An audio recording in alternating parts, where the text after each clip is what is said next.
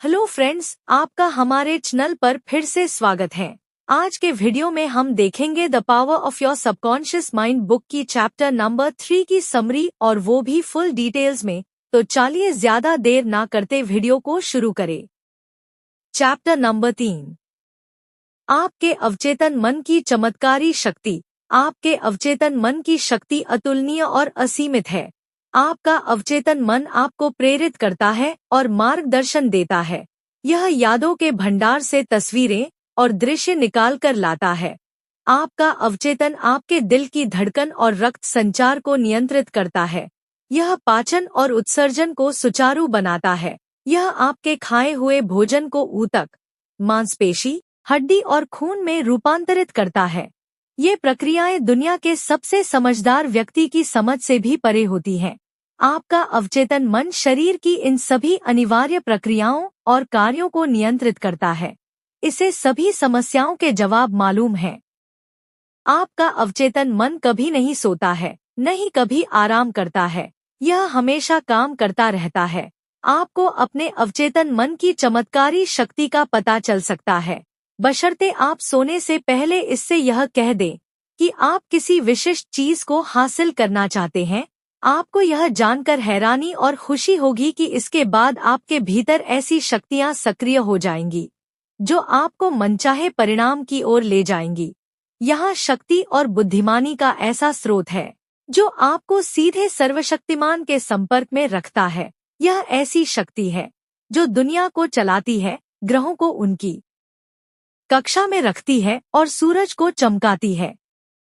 आपका अवचेतन मन आपके आदर्शों, महत्वाकांक्षाओं और परोपकारी इच्छाओं का स्रोत है। अवचेतन मन के जरिए ही शेक्सपियर ने उन महान सच्चाइयों को जाना और व्यक्त किया जो उनके युग के आम आदमी को पता ही नहीं थी। अवचेतन मन की बदौलत ही यूनानी मूर्तिकार फिडियस ने संगमरमर और कांसे में सुंदरता, व्यवस्था, सुडौलपन और अनुपात उकेरने में इतनी निपुणता और कुशलता हासिल की। दरअसल अवचेतन मन वह गहरा कुआं है जिससे महान कलाकारों ने आश्चर्यजनक शक्ति पाई।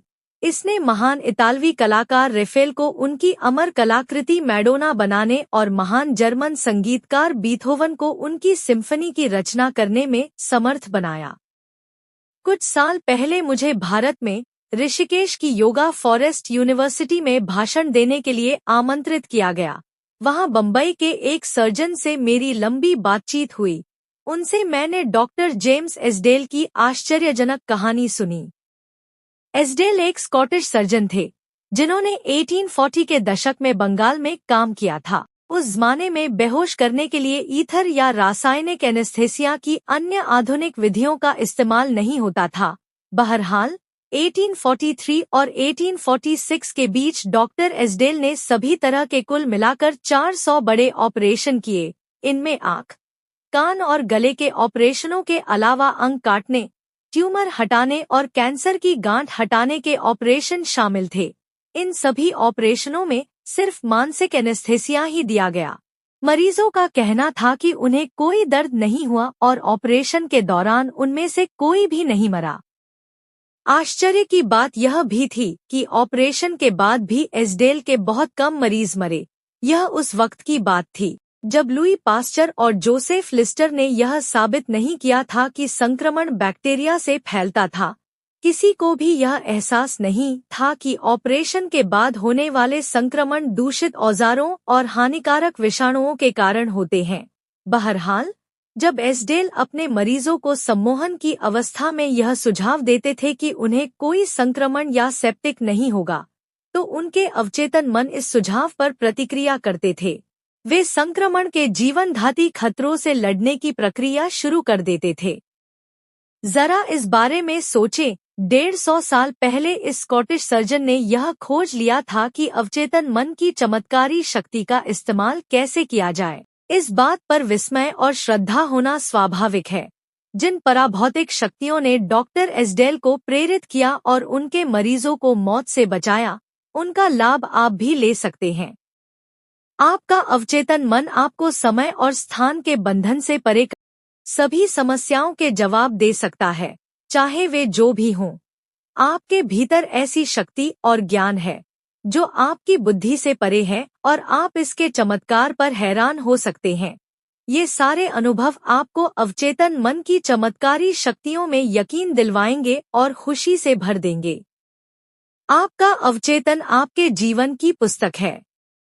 आप अपने अवचेतन मन पर जो भी विचार, विश्वास, राय, सिद्धांत या मत लिखते हैं, उकेरते हैं या छाप छोड़ते हैं, वे परिस्थितियों, स्थितियों और घटनाओं के रूप में प्रकट हो जाते हैं। आप भीतर जो लिखेंगे, बाहर भी आपको वही अनुभव होगा। आपके जीवन के दो पहलू हैं, यथार्थवादी और कल्पनावादी, दृश्य और अदृश्य, विचार और अभिव्यक्ति। आपका विचार तंत्रिकीय आवेग के रूप में आपके सेरिब्रल कॉर्टेक्स में पहुंचता है, जो आपके चेतन तार्किक मन का अंग है। जब आपका चेतन या यथार्थवादी मस्तिष्क विचार को पूरी तरह स्वीकार कर लेता है, तो यह मस्तिष्क के दूसरे हिस्से तक पहुंचता है, जहां यह साकार हो जाता है और परिस्थिति का रूप ले लेता है। जैसा पहले बताया जा चुका है, आपका अवचेतन बहस नहीं कर सकता, यह तो सिर्फ उसी पर अमल करता है जो आपने इस पर लिखा है। यह आपके चेतन मन के निष्कर्षों या आपके फैसले को अंतिम मान लेता है। इसलिए आप हमेशा अपने जीवन की पुस्तक पर लिख रहे हैं, क्योंकि आपके विचार ही अंततः आपके अनुभव बन जाते हैं। अमेरिकी दार्शनिक राल्फ वाल्डो इमर्सन ने कहा था, मनुष्य वही बन जाता है जो वह दिन भर सोचता रहता है। अवचेतन पर जो छाप पड़ती है, वह व्यक्त होती है। अमेरिकी मनोविज्ञान के जनक विलियम जेम्स ने कहा था कि आपके अवचेतन मन में दुनिया को हिलाने की शक्ति है। इसमें असीमित ज्ञान और बुद्धिमत्ता है। इसे छिपे हुए स्रोतों से पोषण मिलता है और इसे जीवन का नियम कहा जाता है। आप अपने अवचेतन मन पर जो भी छाप छोड़ते हैं, यह उसे साकार करने के लिए ज़मीन आसमान एक कर देगा। इसलिए आपको इस पर सिर्फ सही और सृजनात्मक विचारों की छाप ही छोड़नी चाहिए।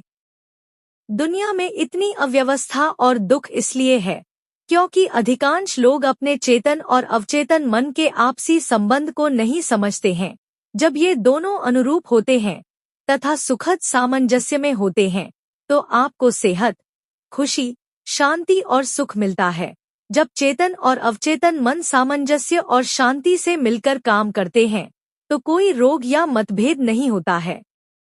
प्राचीन जगत में हर्मीस ट्रिस्मेगिस्टस को दुनिया का सबसे महान और शक्तिशाली जादूगर माना जाता था। उनकी मौत के सदियों बाद जब उनकी कब्र खोली गई, तो प्राचीन जगत को जानने वाले लोगों में बहुत उत्सुकता थी। कहा जा रहा था कि कब्र के भीतर युगों का सबसे बड़ा रहस्य मिलेगा, और यह मिला भी। यह रहस्य था, जैसा भीतर वैसा बाहर, जैसा ऊपर वैसा नीचे। दूसरे शब्दों में, आप अपने अवचेतन मन पर जो भी छाप छोड़ेंगे, वह बाहर व्यक्त होगी। मोजेस, ईसाइया, ईसा मसीह, बुद्ध, ज़ोरोआस्ट्र, लाओ त्से और युगों की सभी प्रख्यात दूरदर्शी हस्तियों ने भी इसी सत्य की घोषणा की है। आप व्यक्तिगत रूप से जिसे सच मानते हैं, वह स्थितियों, अनुभवों और घटनाओं के रूप में व्यक्त होगा। गति और भावना में संतुलन होना ही है। जैसा स्वर्ग आपके अपने मस्तिष्क में है, वैसा ही धरती पर आपके शरीर और परिवेश में होगा। यही जीवन का महान नियम है। क्रिया और प्रतिक्रिया, स्थिरता और गति का यह नियम आपको समूची प्रकृति में मिलेगा। इन दोनों में संतुलन होने पर ही सामंजस्य और संतुलन बनेगा। आप दुनिया में इसलिए हैं ताकि जीवन का सिद्धांत आपके भीतर लयबद्ध तरीके और सामंजस्य से प्रवाहित हो सके। अंदर जाने और बाहर निकलने वाली चीजें बराबर होनी चाहिए। अंदर की और बाहर की अभिव्यक्ति बराबर होनी चाहिए। आपकी सारी कुंठाओं का कारण अपूर्ण इच्छाएं हैं। अगर आप नकारात्मक, विनाशक और दुष्ट विचार रखते हैं, तो ये विचार विनाशक भाव पैदा करते हैं। ये भाव बाहर निकलने का कोई न कोई रास्ता खोज लेंगे और किसी न किसी तरह व्यक्त होंगे। चूंकि इन भावों की प्रकृति नकारात्मक है, इसलिए ये प्रायः अल्सर, हृदय रोग, तनाव और चिंता के रूप में व्यक्त होते हैं। अपने बारे में आपकी क्या सोच या भावना है? आपके अस्तित्व का हर हिस्सा उसी सोच की अभिव्यक्ति है। आपकी स्फूर्ति, शरीर, वित्तीय स्थिति, दोस्त और सामाजिक प्रतिष्ठा उन विचारों का प्रतिबिंब है जो आपके अपने बारे में हैं। इस बात का सच्चा अर्थ यह है कि आप अपने अवचेतन मन पर भीतर जो छाप छोड़ते हैं वह आपके जीवन के सभी क्षेत्रों में बाहर व्यक्त होती है। हम अपनी नकारात्मक सोच से खुद को नुकसान पहुंचाते हैं। आपने कितनी बार गुस्सा होकर, डरकर, जलकर या बदले की भावना से खुद को नुकसान पहुंचाया है? ये जहर आपके अवचेतन मन में दाखिल हो जाते हैं। आप इन नकारात्मक नजरियों के साथ पैदा नहीं हुए थे। अपने अवचेतन मन को जीवनदायी विचार देंगे तो इसके भीतर के सभी नकारात्मक विचार मिटने लगेंगे। यह काम लगातार करने पर सारा अतीत मिट जाएगा और अवचेतन मन उसे भुला देगा। अवचेतन चर्मरोग ठीक करता है। अवचेतन मन की उपचार शक्ति का सबसे विश्वसनीय प्रमाण व्यक्तिगत उपचार है। 40 साल पहले मुझे चर्मरोग हुआ। मैं सबसे अच्छे डॉक्टरों के पास गया जिन्होंने सबसे आधुनिक उपचार आजमाए। किसी से भी फायदा नहीं हुआ। चर्मरोग बिगड़ता गया। फिर एक दिन वृहद मनोवैज्ञानिक ज्ञान वाले एक धर्मगुरु ने मुझे 139वें भजन का गूढ़ मतलब समझाया। उन्होंने मेरा ध्यान इस वाक्य की तरफ दिलाया, आपकी पुस्तक में मेरे सभी अंग हैं जो लगातार बनाए गए हैं जब उनमें से कोई भी नहीं था। उन्होंने स्पष्ट किया कि पुस्तक का मतलब मेरा अवचेतन मस्तिष्क है जिसने एक छोटी सी मूल कोशिका से मेरे सभी अंग बनाए हैं। उन्होंने इशारा किया कि चूंकि मेरे अवचेतन मन ने मेरे शरीर को बनाया है इसलिए यह इसे दोबारा बना सकता है और अंतर्निहित आदर्श रूपरेखा के अनुरूप इसका उपचार कर सकता है। इस धर्मगुरु ने अपनी घड़ी की तरफ इशारा किया। उन्होंने मुझे बताया, इस घड़ी को देख रहे हो, इसे किसी ने बनाया था, लेकिन इसके मूर्त रूप में आने से पहले घड़ी बनाने वाले के दिमाग में इसका स्पष्ट विचार था। अगर किसी कारण घड़ी सही काम न करे तो इसके मूल विचार की मदद से घड़ी बनाने वाले को वह ज्ञान मिल जाएगा जिससे वह इसे सुधार सकता है। मैं समझ गया कि इस तुलना से वे मुझे क्या समझाने की कोशिश कर रहे थे। मेरे शरीर की रचना करने वाली अवचेतन बुद्धि घड़ी बनाने वाले की तरह है। यह ठीक ठीक जानती है कि मेरे शरीर की सभी महत्वपूर्ण क्रियाओं और प्रक्रियाओं का उपचार कैसे किया जाए, शरीर को दोबारा कैसे बनाया जाए और मार्गदर्शन कैसे दिया जाए। लेकिन इस काम को सही तरीके से करवाने के लिए मुझे इसे स्वास्थ्य का आदर्श विचार देना होगा। यह आदर्श विचार वह कारण बन जाएगा जिसका परिणाम उपचार होगा। मैंने एक बहुत आसान और सीधी प्रार्थना तैयार की। मेरा शरीर और इसके सभी अंग मेरे अवचेतन मन की असीमित बुद्धि ने बनाए हैं। यह जानता है कि मेरा उपचार कैसे किया जाए। इसकी बुद्धि ने मेरे सभी अंग, ऊतक, मांसपेशियां और हड्डियां बनाई हैं। मेरे भीतर की यह असीमित उपचारक शक्ति मेरे अस्तित्व की हर कोशिका को रूपांतरित कर रही है और मुझे संपूर्ण बना रही है। मैं उस उपचार के लिए धन्यवाद देता हूँ जो मैं जानता हूँ कि इस समय हो रहा है। मेरे भीतर की रचनात्मक बुद्धि में अद्भुत शक्तियाँ हैं। मैंने इस आसान प्रार्थना को 5 मिनट तक हर रोज 2-3 बार जोर जोर से दोहराया। लगभग 3 महीने बाद मेरी त्वचा पूरी तरह ठीक हो गई। चर्मरोग गायब हो गया। मेरा डॉक्टर चकरा गया, लेकिन मैं जानता था कि क्या हुआ था। मैंने अपने अवचेतन मन को संपूर्णता, सुंदरता और पूर्णता की जीवनदायी रूपरेखा दे दी थी। इसने मेरे अवचेतन मन से उन नकारात्मक विचारों और छवियों को बाहर निकाल दिया जो मेरी सारी समस्या का कारण थी। आपके शरीर पर कोई चीज तब तक प्रकट नहीं होती है जब तक यह पहले आपके मस्तिष्क में न हो। जब आप लगातार सकारात्मक बातों से अपने मस्तिष्क को बदलते हैं तो आप अपने शरीर को बदल लेते हैं। यही समस्त उपचार का आधार है। आपके काम अद्भुत हैं और मेरी आत्मा, अवचेतन मन हर चीज सही से ही जानती है। भजन 139:14। अवचेतन शरीर के सभी कार्यों को कैसे नियंत्रित करता है? चाहे आप जागे हो या सोए, आपके अवचेतन मन की अथक शक्ति आपके शरीर के सभी महत्वपूर्ण कार्यों को नियंत्रित करती है। इसमें आपके चेतन मन के किसी तरह के दखल की जरूरत नहीं होती है।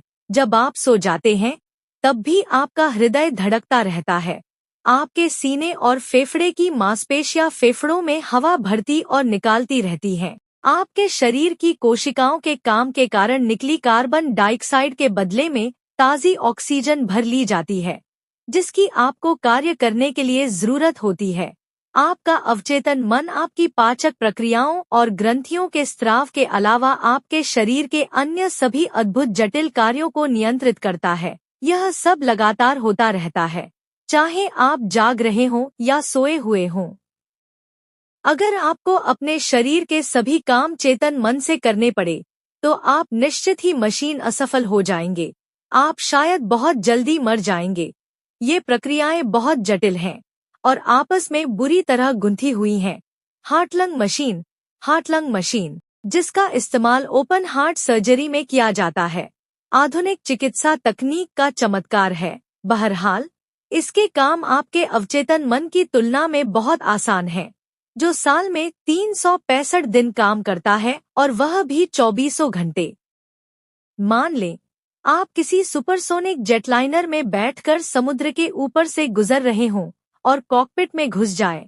निश्चित ही आपको हवाई जहाज उड़ाना नहीं आता है, लेकिन आप पायलट का ध्यान भटकाकर परेशानी जरूर खड़ी कर सकते हैं। इसी तरह से आपका चेतन मस्तिष्क शरीर को तो नहीं चला सकता, लेकिन यह इसके सही तरह से काम करने के रास्ते में बाधा जरूर बन सकता है। चिंता, तनाव, डर और निराशा हृदय, फेफड़ों, आमाशय और आंतों के सामान्य कार्यों में बाधा डाल सकती हैं। डॉक्टर अब इस बात पर ध्यान देने लगे हैं कि तथाकथित तनाव संबंधी बीमारियां कितनी गंभीर हैं। कारण यह है कि तनावपूर्ण विचार आपके अवचेतन मन के सामंजस्यपूर्ण काम में बाधा डालते हैं। जब आप शारीरिक और मानसिक रूप से विचलित महसूस करते हैं, तो आप जो सबसे अच्छा काम कर सकते हैं वह है शिथिल होना, आराम करना और विचार प्रक्रिया को रोक देना। अपने अवचेतन मन से बात करें, इससे कहें कि यह शांति, सामंजस्य और दैवी विधान को स्थापित करे। ऐसा करने पर आप पाएंगे कि आपके शरीर की समूची कार्यप्रणाली दोबारा सामान्य हो गई है। अपने अवचेतन मन से अधिकार और विश्वास के साथ बोलें, यह आपके आदेश का पालन करके प्रतिक्रिया करेगा। आप अपने अवचेतन से अपने लिए कैसे काम करवा सकते हैं? पहली बात तो यह एहसास करना है कि आपका अवचेतन मन हमेशा काम करता है। यह रात दिन सक्रिय रहता है, चाहे आप इस पर काम करें या न करें। आपका अवचेतन आपके शरीर का निर्माता है, लेकिन आप इस खामोश प्रक्रिया को चेतन रूप से देख या सुन नहीं सकते।